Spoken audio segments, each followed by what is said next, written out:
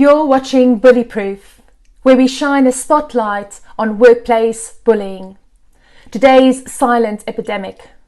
Did you know that 75% of workers will either be a target, witness bullying, or both? I am Marilise de Villiers. I'm a mindset and performance coach and best-selling author. I'm passionate about helping people and organizations find their raw. And as a female exec in tech and cybersecurity, I'm particularly passionate about helping women find their raw and make their whole lives work. In recent months, we've seen a sharp increase in reported incidents of bullying and harassment. So in today's episode, we're going to look at the importance of taking care of your people during difficult and uncertain times, when emotions are running high and energy levels are at an all-time low. I am delighted to welcome Donna Herdsman as my guest today. So I'm going to jump over to Zoom now to have a chat with Donna. I hope you enjoy it. I'm delighted to welcome Donna Herdsman as my guest today. Hi, Donna. Hi, Marilise. Lovely to be with you today. So amazing. Thank you for joining me. Donna is an award-winning professional services executive and mentor. In 2016, she was included in the inaugural Empower 100 BAME executive list. Empower and Yahoo Finance also named her as one of the 100 senior BAME executives in 2020. Donna also won the first Women Mentor of the Year award in 2017. Now an independent consultant, Donna is passionate about helping people pursue their dreams and advises clients on inclusivity in the workplace. Donna, I'm going to jump straight in to ask you to tell us a little bit more about you. What gets Donna out of bed in the mornings? So I think I've been really blessed to have an interesting career, but above all to meet some fantastic people on my journey. And one of the things I get huge benefit from is seeing other people both live their dreams and have rewarding lives within organisations, which everyone says is always quite difficult to do. So that really gets me fired up. And I believe if we just help one person be better tomorrow than they are today, then we've done something positive in the world. Oh, I love that. I say the same. One person makes it worthwhile, and I absolutely love that. Donna, we're talking about a sensitive topic today. We're talking about how COVID is affecting people in the workplace, and also particularly looking at women and how women are being affected by COVID. So I want to really ask you, first of all, is it true that women are being disproportionately affected by COVID? Well, it's quite an interesting question. I was really shocked when I read a report by McKinsey and Bloomberg that highlighted that although 39% of the global working population are women, 54% of those that had lost their jobs were women during COVID. So that shows a disproportionate impact, I think, on women compared to men. So it's not a men v women debate, but it's just demonstrating, that they are proportionally losing more jobs than they occupy on a global scale. And then I also saw an article based in the UK talking about how women in particular have found that they're working longer hours, especially during lockdown, because of the duties they have in the home, as well as working, as well as schooling their children. So if you put it all together, then it feels like it's quite a tough place to be. And that's really probably my own experience has been being the mum and having the kids and homeschooling the kids and running the business. I think it's really easy for women to give so much to others that you end up spending so much time helping others and caring for others, but not necessarily refueling your own tank. So I want to just check with you, what's your experience been in terms of people that have come to you to ask for help? What are some of the what are some of the things people are telling you is happening? So I think one of the things we're now doing is we're all communicating via Zoom or Teams or whatever the platform is. And if you had a culture previously where you weren't very open about what was happening in your life, because your whole self, you don't leave yourself at the front door when you used to go into the office, then having those conversations now are even harder. Because you can't say to somebody, can I just come into your room and have a private conversation? You can't sit down and have lunch with them. So unless an organisation in particular has empathy as part of its values, then what people are telling me, so it's men and women, is that they don't feel able to share just how they're feeling. And I don't know about you or people that are listening, but I've had a couple of deaths in the family, and they affect you. Not only do the deaths affect you, but the very fact that due to COVID rules, you won't have a chance to go and celebrate their lives, means it's a longer impact than might otherwise be the case. So we're living in this environment, and how do you say to your managers, or in fact, does your managers say to you, how are you feeling? What do you need me to do to support you? As opposed to, have you met that deadline? I gave you a deadline. Have you met it? If you haven't met it, why haven't you met it? And, just by way of an example, I had someone who's explained to the manager that they'd been rushed to hospital. And his comment to them was, what are we going to do with you? Right. Wow. And if that doesn't show a lack of empathy, I don't know what does. Yeah, no, that is shocking. And it's that sort of heightened levels of anxiety and stress we're all now experiencing because of the uncertainty. So, and I'm really, really sorry to hear about the deaths in your family. It's horrible, and I think many of the viewers can relate, and it's just really unprecedented times. Even though I don't really want to use that word, I think it should be banned. But yeah, so just in terms of looking at that sort of level of anxiety and stress, what can people do on a day-to-day basis to what do you do on a day-to-day basis to help yourself in terms of staying healthy, staying sane? So there's a couple of things, and also I coach a couple of people, so I share these tips with them. So I have an imaginary bucket, and in my imaginary bucket I have the things for which I'm grateful for. So I'm grateful that I woke up this morning and opened my eyes. I'm grateful that all my immediate family are well. Although I found out today 2 of my cousins have got COVID, but physically they feel well in themselves. So I count my blessings, and I have to do that on a daily basis, because otherwise, I don't have enough of the positives to deal with the negatives that might arise. I try to go for daily walks with my husband, actually, and it's quite interesting the richness of conversation we have because we're out there walking together, whereas we're in the home, we're kind of busy doing separate things, which is quite interesting that even though we're in the same space, we're quite separate. And I find that quite helpful. And as you know, I love Zumba, so I still make sure I do my Zumba classes. So instead of doing 6 a week now, I do 3.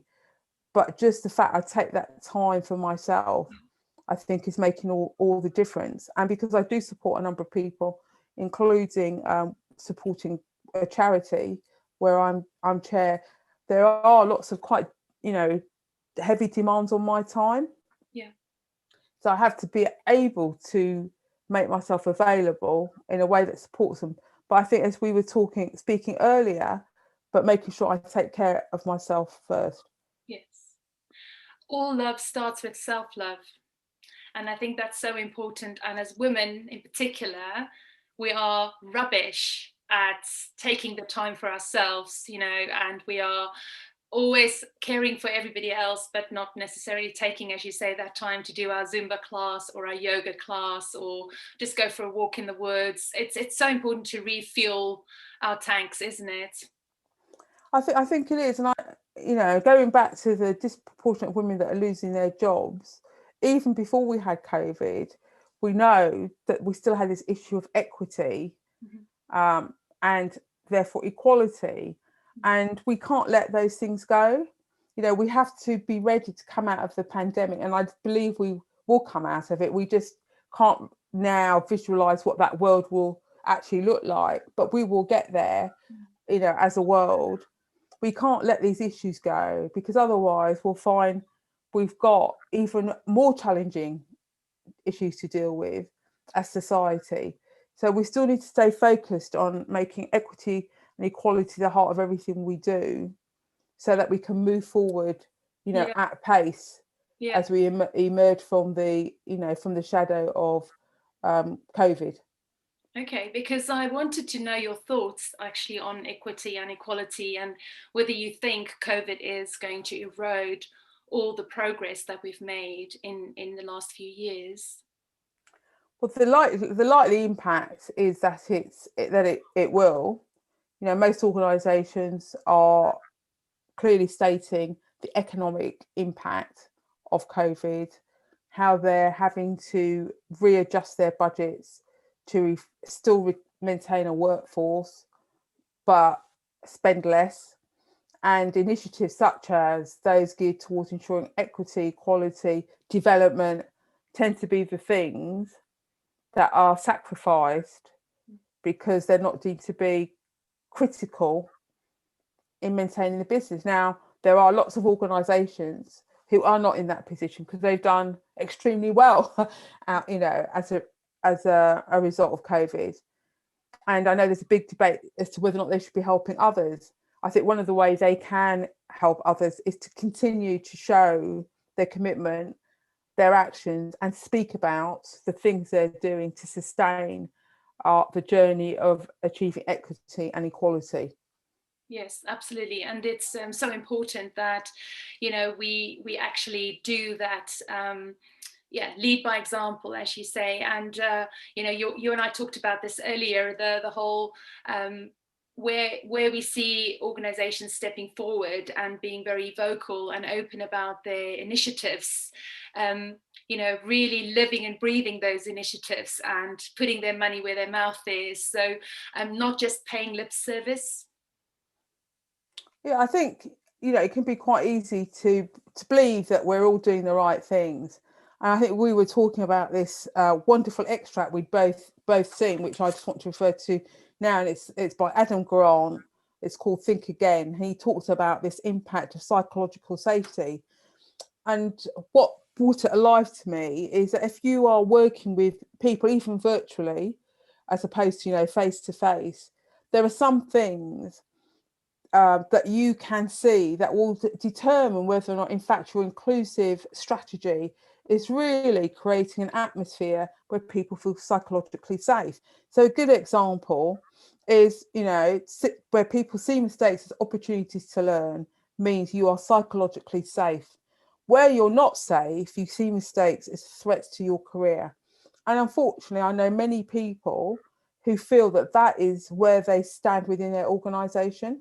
Mm-hmm. And because they think mistakes are threats to their career, the impact it has is that they're unwilling to share their ideas. And at the heart of innovation is people sharing their ideas. Absolutely, yeah. And I think organisations don't always stop to say, how do my people act? When we're on a Zoom call or a Teams call, are they speaking openly? Are they sharing their views? Why aren't they sharing their views? Do they trust us as a team? Because if they don't trust you as a team, again, it's an indication that you might think you've got inclusivity, but actually you've got people that are feeling very marginalised and very threatened by the culture that exists within the organisation. Yeah, and I have personally been getting reports from people who are having said that managers have been using COVID as an excuse to treat them badly, and it's shocking the sorts of things that you were. I mean, hey, you mentioned the comment earlier about the what are we going to do with you? I mean, are you hearing kind of similar things? Yeah, so I've had, people say, well, it's only a few people, but my view is it shouldn't be any people at all. Yes. Where they're saying that their managers are using COVID in two ways. So they've had to downsize. We talked about economic impact. As a result of the downsizing, they're expecting people to do even more than they were ever doing before. Yeah. They're not necessarily equipping them with the skills in order to do that. And some managers are doing micromanagement, and it's therefore having the impact of eroding the confidence of people to truly be as innovative as they can, while still getting the day job done. So you go from being prepared to stick your neck out because you've got an idea and you really think it's going to make a difference, not just to the organization but to the customers that you serve, because customers, I believe, are everything. Yes. To saying I'm not going to say anything because I know I'm going to get my neck chopped off. I know that's a very visual view, but that's the feeling that comes out from the the very people I speak to. And it's important, Donna, that you mentioned that sort of physical versus emotional impact, because genuinely the emotional impact feels like a physical impact and your brain doesn't know the difference, right? So you've mentioned to me before that we use the analogy of 1,000 paper cuts. So maybe can you just explain a little bit more what you mean by that? So I often talk about that, especially in relation to things like microaggressions. So if you think about getting a paper cut, actually I had one the other day. I didn't even know I had it until I ran my finger under the water and I pulled back because of the sharp pain that came with it. Now imagine you get one of those every single day, so the cut you have never has a chance to truly heal. Then first of all, my immediate reaction was I need to put on gloves. So straight away you start covering the things that are hurting you because you don't want that hurt to happen again. But the real impact is the stress and the trauma that goes with having 1,000 cuts that never really close, because your body has to try to protect you, your mind has to try to protect you, and sometimes, as we know from a mental health perspective, that does not always work the way you think it would. That people can get inside your heads, as they say, and your mind then becomes a place where you no longer feel safe.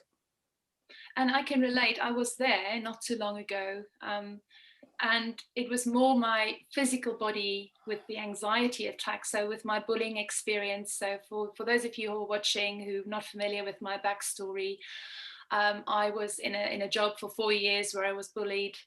And it got to the point, sort of the last 6 months, where I was getting daily anxiety attacks. And it was my body's way of begging me to stop, right? And in my mind, I was the most resilient person and I can fix this and I can do this. But obviously I couldn't, because my mental and my physical health was really in a very bad state, and it led to my resignation and quitting my job. So Donna, I want to come back to this recent events we saw with KPMG and Bill Michael, the UK chair's resignation after he told staff to stop moaning. It was a virtual meeting, and they talked about the impact of COVID and the pandemic. And he also talked about unconscious bias, and he called it crap. I want to talk a little bit about that statement about unconscious bias being crap. What are your thoughts on that? So first of all, I'm clearly not going to comment on the KPMG situation, because what's been reported has been reported in the press. But I would say that we all have biases. Yeah. It's part of who we are. From the time we are born, our brain's function is to work out things for us that makes our lives easier. That's how the brain functions. And in creating those shortcuts, unfortunately, embeds a degree of bias in there. So for someone, for anyone to think they don't exist, for anyone to think they don't affect how we see the world, how we relate to others, it's really not accepting that is part of socialization. For me, part of the challenge is recognizing not only that we have those biases, but then how they play out in how we engage with other people. So we tend to like to surround ourselves with people that are just like us. So this is outside of the immediate family. you know, we like others for a certain reason, and because we like them more than someone else, we're prepared to give them more opportunities, we're prepared to forgive them their mistakes compared to somebody else. So it does play out in how we interrelate. And one of the things as leaders, and I believe everyone's a leader, because somewhere in your life someone is watching you and saying, I just want to be like Marilise, right? So we're all leaders. Our job, I think, is to step back and to understand when those biases are getting in the way of us making fair, equitable decisions. Love it. So, yeah, and it's not saying we're bad people. And it's quite interesting that I was talking to somebody and they said, you know, we're really equal, Donna. They said, but on our leadership team of 14 people, we've only got one person that's a woman, and we have nobody from an ethnic background.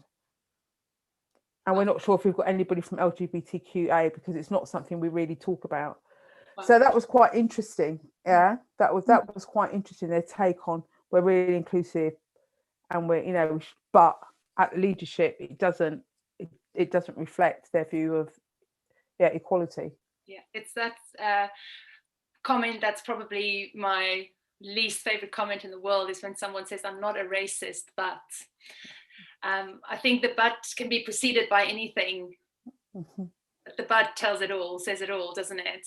So Donna, you as a very successful black female executive, how have you personally experienced unconscious bias in your career?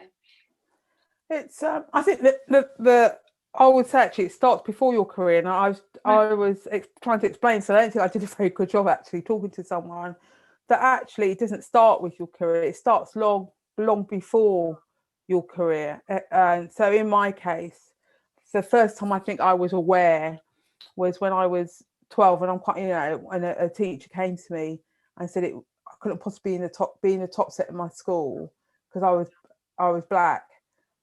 Wow. To go to the school, and fortunately, it's unfortunate, and it's really sad that he felt he had the power to say that to me.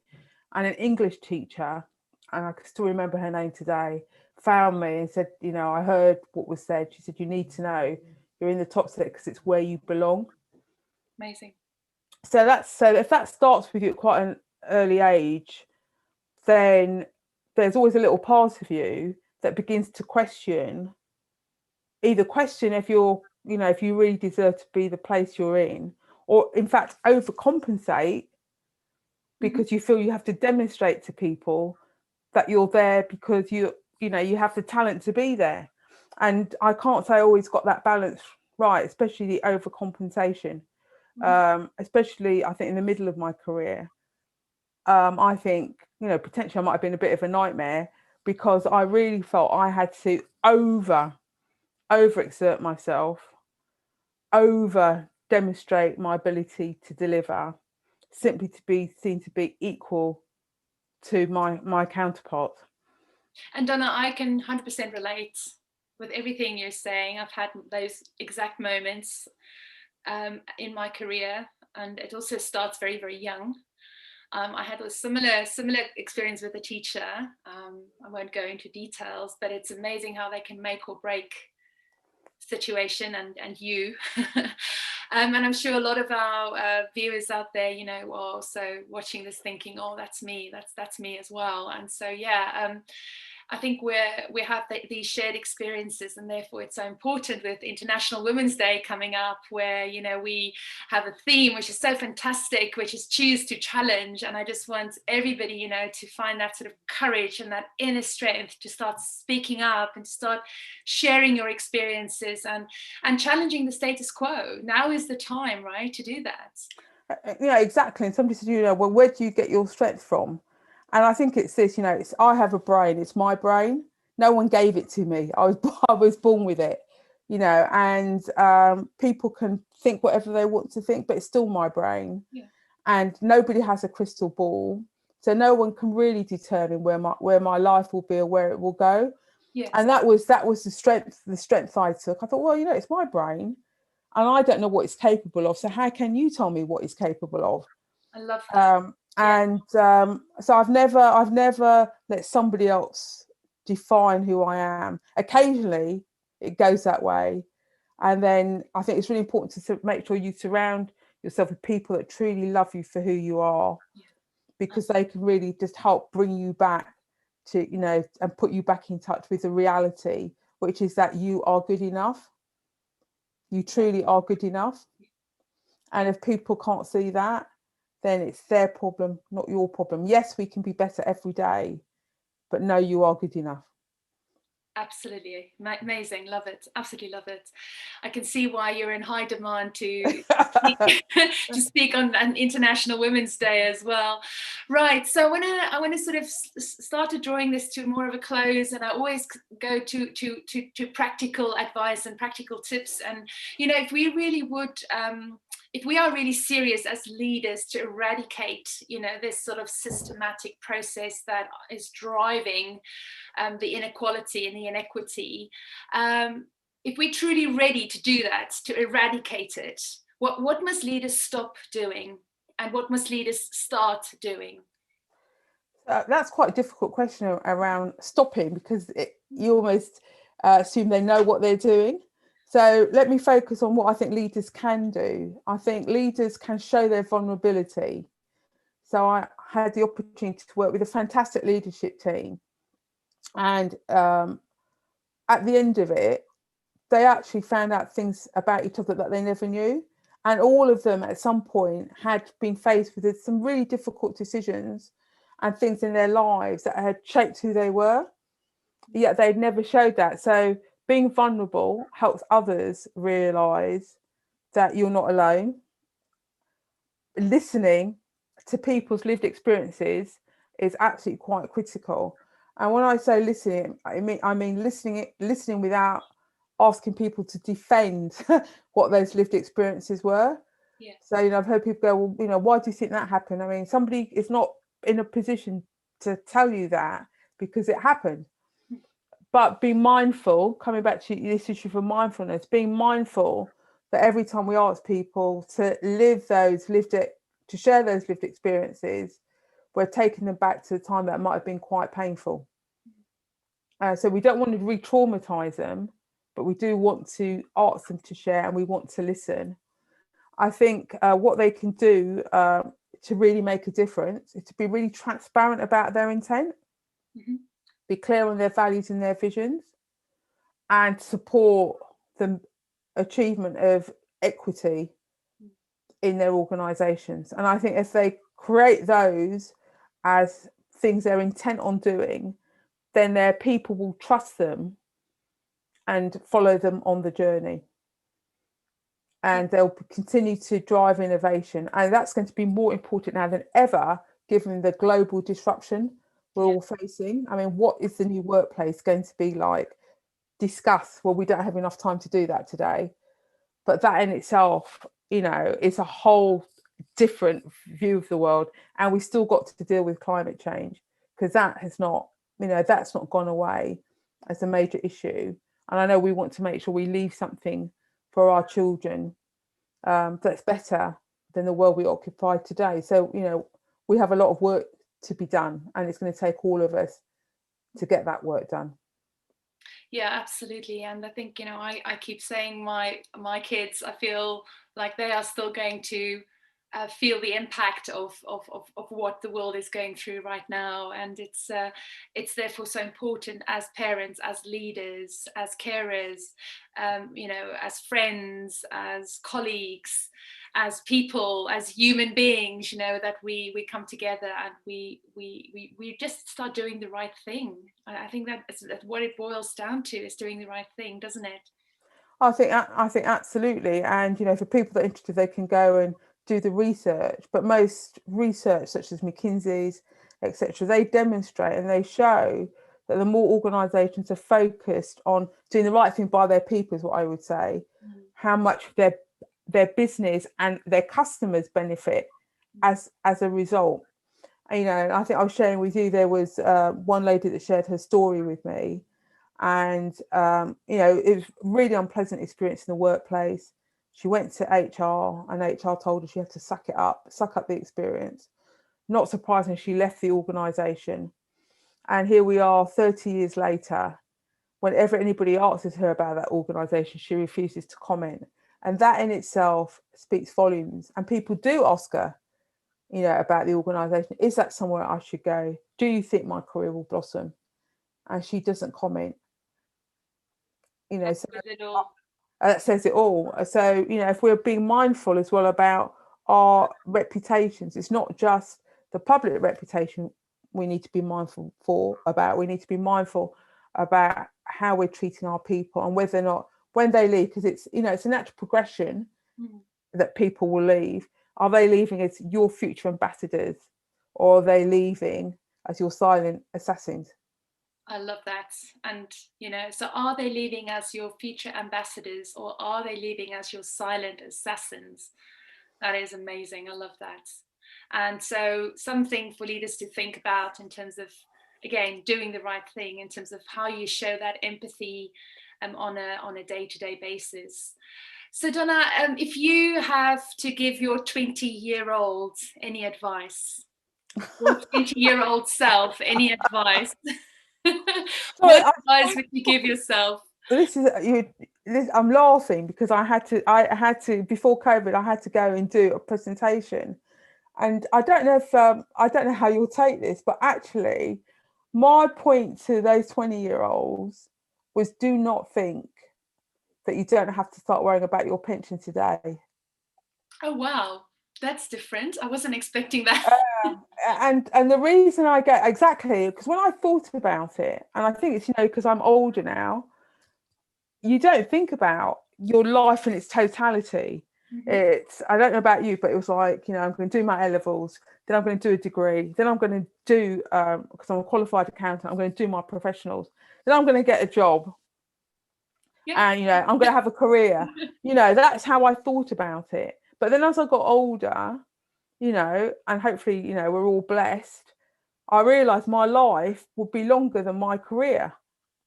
Yes. So how did I want to spend the latter years of my life when, I wasn't, in a job 24/7, or, because it feels like 24/7 sometimes, doesn't it? But, if the working wasn't the centerpiece of my day. And I realized then how important it was to think about or try to imagine what my life would be like post those core working years.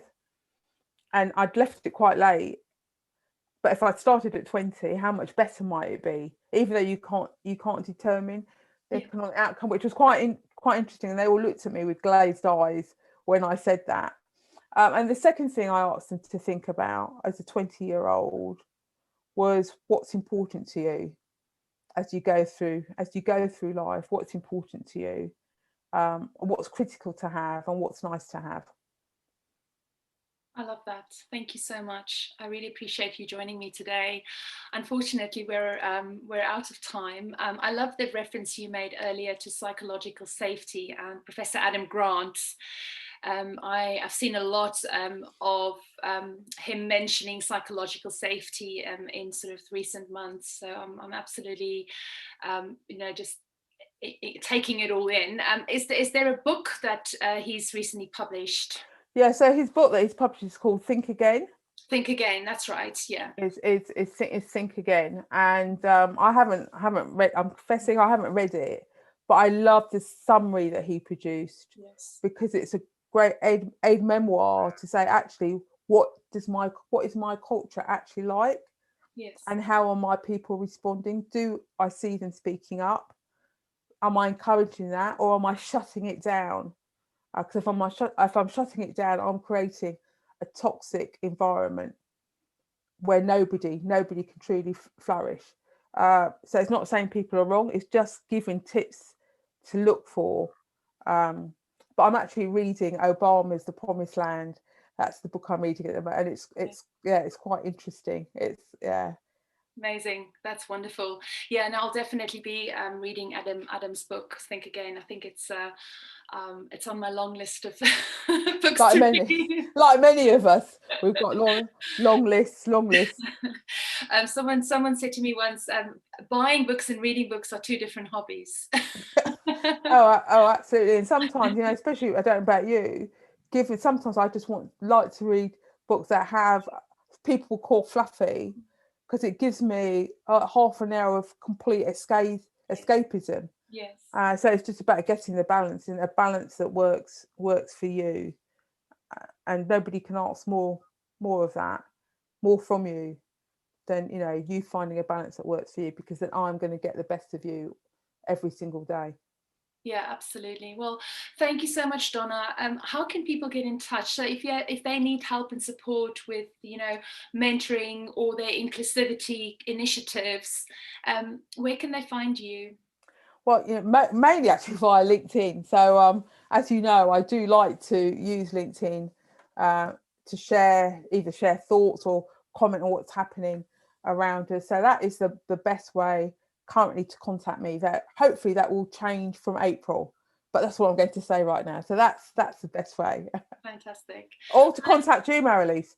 Yes, because I think between the two of us, it would be really good to help others create the culture that they want to have. Now there's a great idea. Come on, everybody. So wonderful. Thank you so much, Donna. I really appreciate you joining me today, and wonderful, wonderful insights. Everybody, the references, Donna's mentioned some fantastic resources. We'll put that in the show notes. So yeah, thank you for joining us today, and join us again next time for some essential insights and practical tips on Bullyproof. Make sure that you subscribe so that you don't miss another episode. Donna, you want to say something? No, just saying, Marilise, I know you're also going to keep my email address in the notes, so people can contact me directly if they say yes, absolutely. Let's do that. Yes, so all your contact details will be in there as well. So I'd love to hear your comments on today's episode. Let us know. Do reach out if you have any particular issues that you're experiencing. We are here to help. If you have any suggestions or comments for future topics, let us know. And you can get in touch with me on social media. So also LinkedIn is my main platform, or you can go to my website, www.marilise-villiers.com. Thank you, everybody, for watching. Take care now.